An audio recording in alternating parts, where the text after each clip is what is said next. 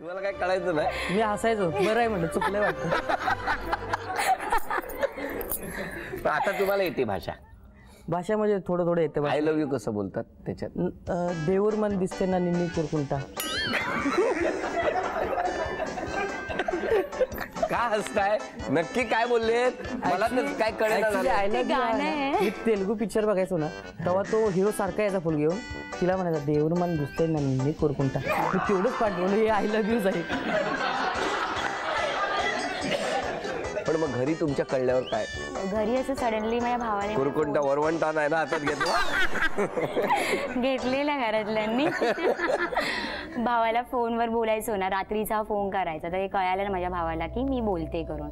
भाऊ बोलला हे सगळं काय आहे, मम्मी पण बोलली काय आहे. मग ती लोक ह्यांची फॅमिली घरात बसून माझी फॅमिली बसून बोलायला लागले. पण माझ्या घरातले काय रेडी होत नाही बिकॉज ऑफ सातारा आणि हैदराबाद उठणं बसणं सगळं डिस्टन्स, सगळे रीतिरिवाज पूर्ण टोटली वेगळे आहेत. काहीच आमचं मॅच होत नाही. त्यामुळे माझ्या घरातले बिलकुल रेडी होत नव्हते की नाही करायचं अजिबात. कारण आणि माझ्या घरात मी पहिली मुलगी आहे की मी, आणि मी मोठी म्हणजे मुलींमध्ये मी मोठी. तर मी फर्स्ट टाइम माझं लव्ह मॅरेज असं अदर कास्टमध्ये झालं. तर मम्मी बोलली कोणी असं घरात केलं नाही, तू असं करू नको. आणि आम्ही दोघं मग हिला बँड्रालाच भेटायला पहिल्यांदा गेलो, उभं केलं हिने, आलीच नाही. पण असं हिच्याकडे फोन बिन नव्हता ना, कारण फोन घरातल्या घेतलेला घरात. पण आम्ही डायरेक्ट नाही केलं असं. घरातल्यांच्या विचारलं, 3 वेळा मीटिंग झाली, 3 वेळा माझ्या घरातल्यांनी नाकार दिला. म्हणजे माझ्या भाऊ आणि मम्मी माझी रेडी नव्हती. पण मग घरी सगळं आता सांगा, हे सगळं तर झालं, मग सगळ्या गोष्टी परत नॉर्मल कधी झाल्या? नॉर्मल जेव्हा झाला, जेव्हा मी शिर्डीमधनं रिटर्न आली. माझं खूप मोठं ॲक्सिडेंट झालेलं आमचं मरता मरता आम्ही दोघं वाचलेलो त्या जागी. मग घरी कळायला ॲक्सिडेंट झालं तर माझ्या घरातली काही विचारलं नाही. पहिलं तू घरी ये, बघायचं होतं त्यांना मुलगीना लागलंय डोक्याला वगैरे, मुक्कामार लागलेला. मग घरी आलं की आपलं मम्मीने चिकन बिकन सगळं रेडी ठेवलेलं. तुने काय केलं, असं का केलं, काहीच नाही विचारलं पहिलं तिने. गोळीने सोपलं आणि तो गेला. आणि 1 हफ्त्यात डेट लग्नाची काढली माझ्या मम्मीने.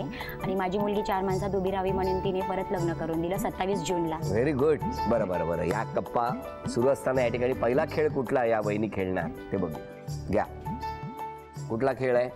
लाकडी ठोकळ्याचा मनोरा. लाकडी ठोकळ्यांचा मनोरा. बघूया किती बक्षीस मिळणार.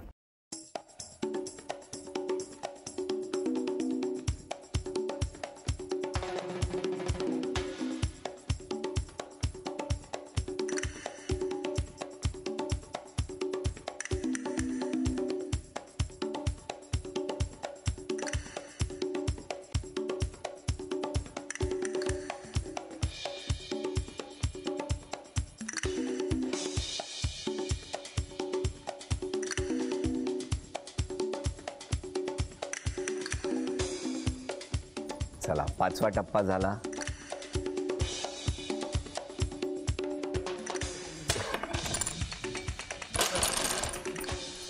₹1200 बक्षीस वहिनींना मिळालं. अभिनंदन. तुम्ही सांगा आता, बोला या दोघांबद्दल. दोघांबद्दल बोलायचं म्हणजे ॲक्च्युली जॉनी म्हणजे माझा मित्रच होता. त्याच्यामुळे मला तर त्याचा स्वभाव वगैरे माहीत होता की मुलगा कसा आहे, फॅमिली कशी आहे. आणि नंतर पण आता चांगलेच आहेत तर काही टेन्शन नाही येत आता की बहीण आपली सुखी आहे, बस झालं, तेवढंच पाहिजे आपल्याला. पण तो जॉनी ठेवतोय ना सुखात? हो. हां, माझी बहीण सुखात ठेवते त्याला. आई, माझा पहिला विरोध होता. तिने स्वतःहून सांगितलं मला असं लग्न करायचं आहे, कारण खूप मागणी येत होती.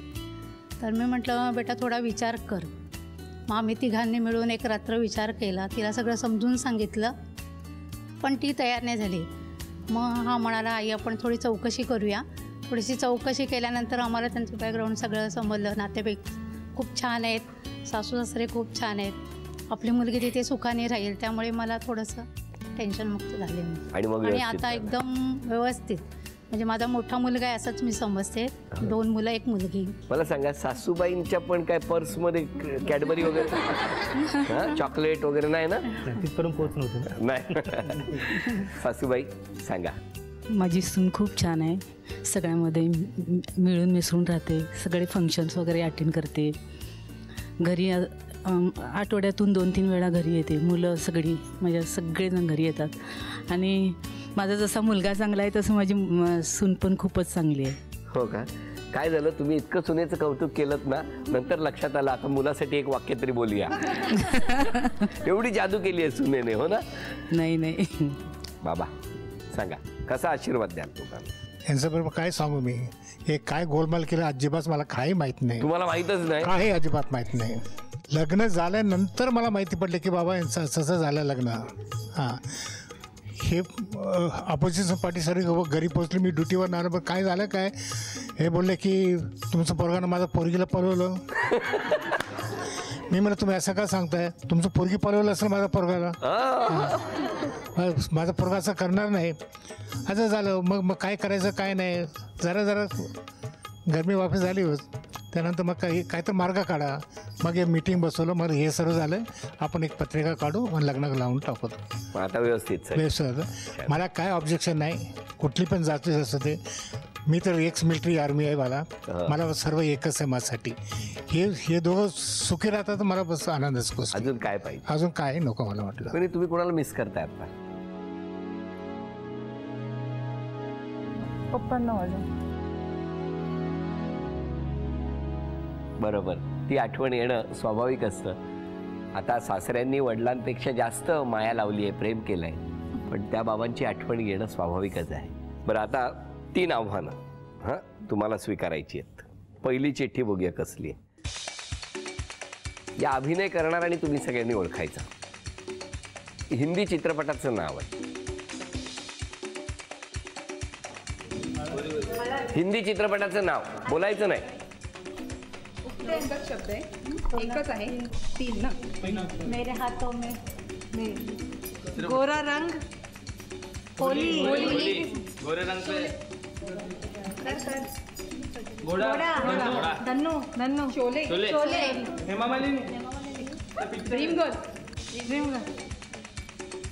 10 लवकर. वेगळं कर अजून. 9 दुसरा कर ना काहीतरी. 8 आहे का? घोडा, घोडी, 7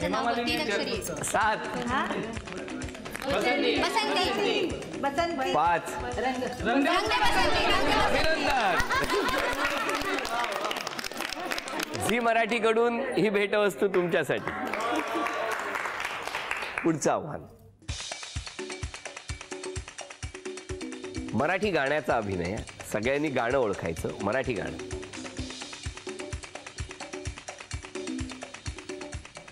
फुगडी, काय माझ्या गोविंदा तू रे गोविंदा तू, बाई फुगडी जमलास काय माझ्या गोविंदा तू रे गोविंदा. झी मराठीकडून ही भेटवस्तू तुमच्यासाठी. तिसरी चिठ्ठी, ही म्हण यांना यायलाच पाहिजे, सगळ्यांना ही म्हण आलीच पाहिजे. मराठी म्हण आहे, म्हण. 4 शब्द आहेत. पोपट, विट, कावळा, जोरावर मोर,